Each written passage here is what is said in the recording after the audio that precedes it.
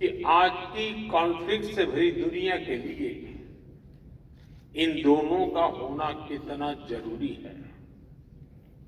भारत हजारों वर्षों से वसुधैव कुटुंबकम के हमें अमर संदेश को जीता रहा है।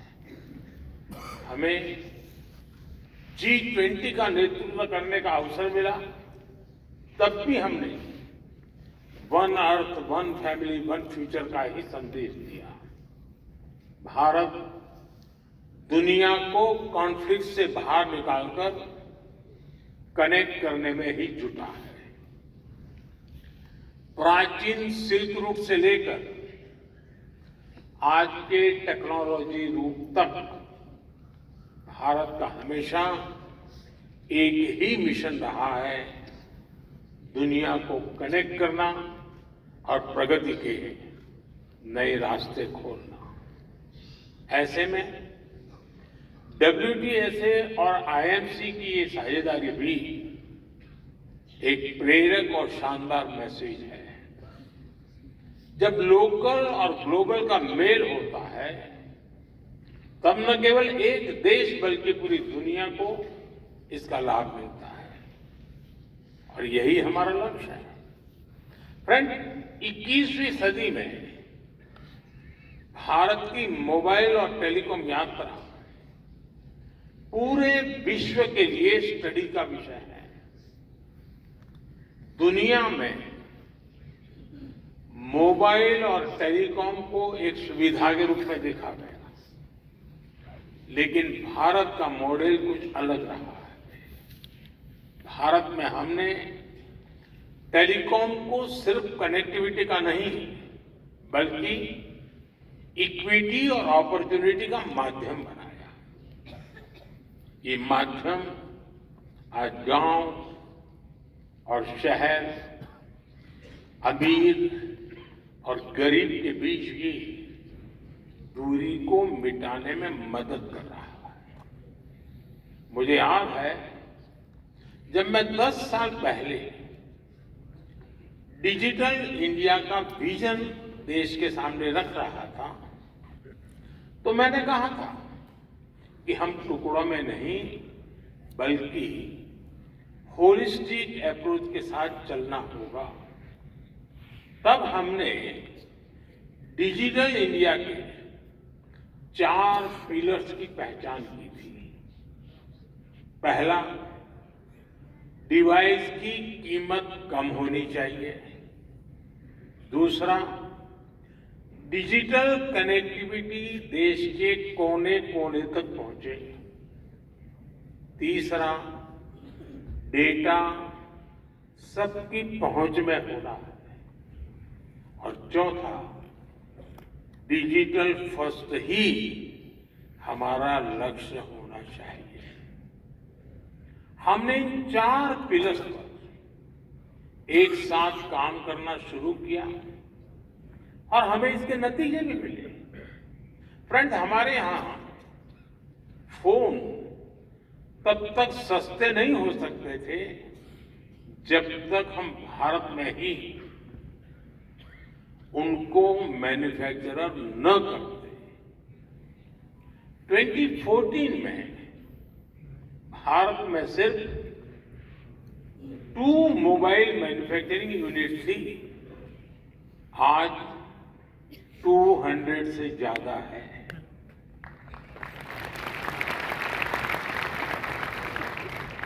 पहले हम ज्यादातर फोन बाहर से इंपोर्ट करते थे, आज हम पहले से 6 गुना ज्यादा मोबाइल फोन भारत में बना रहे हैं। हमारी पहचान एक मोबाइल एक्सपोर्टर देश की है, और हम इतने पर ही नहीं रुके हैं। अब हम चिप से लेकर फिनिश प्रोडक्ट तक दुनिया को एक complete made in India phone देने में जुटे हैं। हम भारत में सेमीकंडक्टर इकोसिस्टम पर भी बहुत बड़ा इन्वेस्टमेंट कर रहे हैं। फ्रेंड्स, कनेक्टिविटी के पिलर पर काम करते हुए भारत में हमने ये सुनिश्चित किया कि हर घर कनेक्ट हो। हमने देश के कोने कोने में मोबाइल टावर्स का एक सशक्त नेटवर्क बनाया, जो हमारे ट्राइबल एरियाज हैं, हिली एरियाज हैं, बॉर्डर एरियाज हैं, वहां बहुत कम समय में ही हजारों मोबाइल टावर लगाए गए। हमने रेलवे स्टेशन और दूसरे पब्लिक प्लेसेस पर वाईफाई की सुविधा दी। हमने अपने अंडमान निकोबार और लक्षद्वीप जैसे आइलैंड को अंडर सी केबल्स के माध्यम से कनेक्ट किया। भारत ने सिर्फ 10 साल में जितना ऑप्टिकल फाइबर बिछाया है, उसकी लंबाई धरती और चंद्रमा के बीच की दूरी से भी 8 गुना है।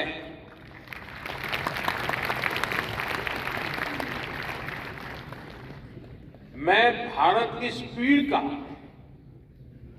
आपको एक उदाहरण देता हूं। 2 साल पहले मोबाइल कांग्रेस में ही हमने 5G लॉन्च किया था। आज भारत का करीब करीब हर जिला 5G सर्विस से जुड़ चुका है। आज भारत दुनिया का दूसरा बड़ा 5G मार्केट बन चुका है और अब हम 6G टेक्नोलॉजी पर भी तेजी से काम कर रहे हैं।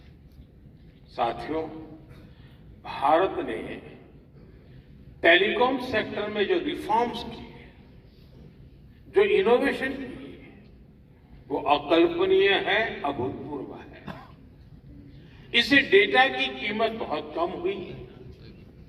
आज भारत में इंटरनेट डेटा की कीमत लगभग 12 सेंट प्रति जीबी है, जबकि दुनिया के कितने ही देशों में 1 जीबी डेटा इससे 10 गुना से 20 गुना ज्यादा महंगा है।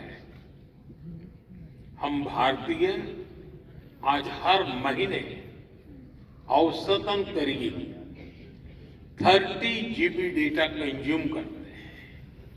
साथियों, इन सारे प्रयासों को हमारे चौथे पिलर यानी डिजिटल फर्स्ट की भावना से नई स्केल पर पहुंचाया है।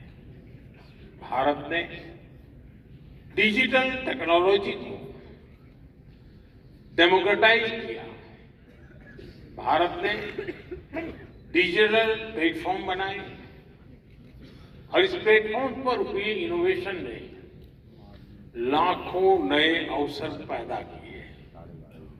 जनधन, आधार और मोबाइल की जेम ट्रिनिटी कितने ही नए इनोवेशन का आधार बनी है। यूनिफाइड पेमेंट इंटरफेस यूपीआई ने कितनी ही नई कंपनियों को नए मौके दिए। अब आजकल ओएनडीसी की भी ऐसी ही चर्चा हो रही है। ओएनडीसी से भी डिजिटल कॉमर्स में नई क्रांति आने वाली है। हमने कोरोना के दौरान भी देखा है कि कैसे हमारे डिजिटल प्लेटफॉर्म्स ने हर काम आसान किया है। जरूरतमंदों तक पैसा भेजना हो, कोरोना से निपटने में जुटे कर्मचारियों तक रियल टाइम गाइडलाइन भेजनी हो, वैक्सीनेशन का प्रोसेस स्ट्रीमलाइन करना हो, वैक्सीन का डिजिटल सर्टिफिकेट देना हो, भारत में सब कुछ बहुत स्मूथली हुआ। आज भारत के पास एक ऐसा डिजिटल बुके है जो दुनिया में वेलफेयर स्कीम्स को एक नई ऊंचाई दे सकता है। इसलिए G20 प्रेसिडेंसी के दौरान भी भारत ने डिजिटल पब्लिक इंफ्रास्ट्रक्चर पर बल दिया। और आज मैं फिर दोहराऊंगा, भारत को डीपीआई से संबंधित अपना अनुभव और जानकारी सभी देशों के साथ शेयर करने में खुशी होगी। साथियों, यहां WTSA में नेटवर्क ऑफ वीमेन इनिशिएटिव पर भी चर्चा होनी है। ये बहुत ही इंपॉर्टेंट विषय है। भारत विमेन लेड डेवलपमेंट को लेकर बहुत ही गंभीरता से काम कर रहा है। G20 प्रेसिडेंसी के दौरान भी हमने अपने इस कमिटमेंट को आगे बढ़ाया। टेक्नोलॉजी सेक्टर को इंक्लूसिव बनाना, टेक्नोलॉजी प्लेटफॉर्म से महिलाओं को एम्पावर करना, भारत इस लक्ष्य को लेकर चल रहा है। आपने देखा है कि हमारे स्पेस मिशंस में हमारी वीमेन साइंटिस्ट का कितना बड़ा रोल है। हमारे स्टार्टअप में विमेन को फाउंडर की संख्या लगातार बढ़ रही है। आज भारत की स्टेम एजुकेशन में 40% से अधिक हिस्सेदारी हमारी बेटियों की है। भारत आज टेक्नोलॉजी लीडरशिप में महिलाओं के लिए ज्यादा से ज्यादा अवसर बना रही है। आपने सरकार के नमो ड्रोन दीदी कार्यक्रम के बारे में जरूर सुना होगा। ये खेती में ड्रोन क्रांति को बढ़ावा देने वाला कार्यक्रम है। इस अभियान को भारत के गांवों की महिलाएं लीड कर रही हैं। डिजिटल बैंकिंग, डिजिटल पेमेंट्स को घर घर पहुंचाने के लिए भी हमने बैंक सखी प्रोग्राम चलाया। यानी महिलाओं ने डिजिटल अवेयरनेस प्रोग्राम को भी लीड किया। हमारे प्राइमरी हेल्थ केयर, मैटरनिटी और चाइल्ड केयर में भी आशा और आंगनवाड़ी वर्कर्स का बहुत बड़ा रोल है। आज ये वर्कर्स टैब्स और एप्स के माध्यम से इस पूरे काम को ट्रैक करती है। महिलाओं के लिए हम महिला ई-हार्ट कार्यक्रम भी चला रहे हैं। ये विमेन एंटरप्रेन्योरशिप के लिए एक ऑनलाइन मार्केटिंग प्लेटफॉर्म है। यानी आज गांव-गांव में भारत की महिलाएं ऐसी टेक्नोलॉजी पर काम कर रही है जो अकल्पनीय है। आने वाले समय में हम इसका दायरा और बढ़ाने वाले हैं। मैं उस भारत की कल्पना कर रहा हूं जहां हर बेटी एक टेक लीडर हो। फ्रेंड्स, भारत ने अपनी G20 प्रेसिडेंसी के दौरान एक गंभीर विषय दुनिया के सामने रखा था। इस विषय को मैं WTSA जैसे ग्लोबल प्लेटफॉर्म के सामने भी रखना चाहता हूं। ये विषय है डिजिटल टेक्नोलॉजी के ग्लोबल फ्रेमवर्क का, ग्लोबल गाइडलाइंस का। अब समय आ गया है कि ग्लोबल इंस्टीट्यूशंस को ग्लोबल गवर्नेंस के लिए इसके महत्व को स्वीकारना होगा। टेक्नोलॉजी के लिए वैश्विक स्तर पर डूज एंड डोंट्स बनाने होंगे। आज जितने भी डिजिटल टूल्स और एप्लीकेशंस हैं वो बंधनों से परे हैं, किसी भी देश की बाउंड्री से परे हैं। इसलिए कोई भी देश अकेले साइबर थ्रेट से अपने नागरिकों की रक्षा नहीं कर सकता। इसके लिए हमें मिलकर काम करना होगा। ग्लोबल संस्थाओं को आगे बढ़कर जिम्मेदारी उठानी होगी। हम जानते हैं, हमारा अनुभव, जैसे हमने एविएशन सेक्टर के लिए एक ग्लोबल रूल्स एंड रेगुलेशन का फ्रेमवर्क बनाया है, वैसे ही फ्रेमवर्क की जरूरत डिजिटल वर्ल्ड को भी है। और इसके लिए WTSA को और अधिक सक्रियता से काम करना होगा। मैं WTSA से जुड़े हर सदस्य से कहूंगा कि वो इस दिशा में सोचें कि कैसे टेलीकम्युनिकेशन को सभी के लिए सेफ बनाया जाए। इस इंटरकनेक्टेड दुनिया में सिक्योरिटी किसी भी तरह से आफ्टर थॉट नहीं हो सकती। भारत के डेटा प्रोटेक्शन एक्ट और नेशनल साइबर सिक्योरिटी स्ट्रेटेजी एक सेफ डिजिटल इकोसिस्टम बनाने के प्रति हमारे कमिटमेंट को दिखाते हैं। मैं इस असेंबली के सदस्यों से कहूंगा, आप ऐसे स्टैंडर्ड्स बनाएं जो इंक्लूसिव हो, सिक्योर हो और भविष्य के हर चैलेंज के लिए एडेप्टेबल। आप एथिकल AI और डेटा प्राइवेसी के ऐसे ग्लोबल स्टैंडर्ड्स बनाएं जो अलग अलग देशों की डाइवर्सिटी का भी सम्मान करें।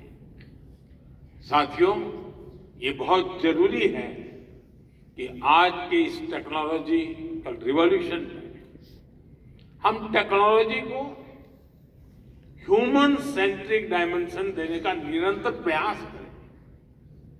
हम पर ये जिम्मेदारी है कि ये रिवॉल्यूशन रिस्पॉन्सिबल और सस्टेनेबल हो।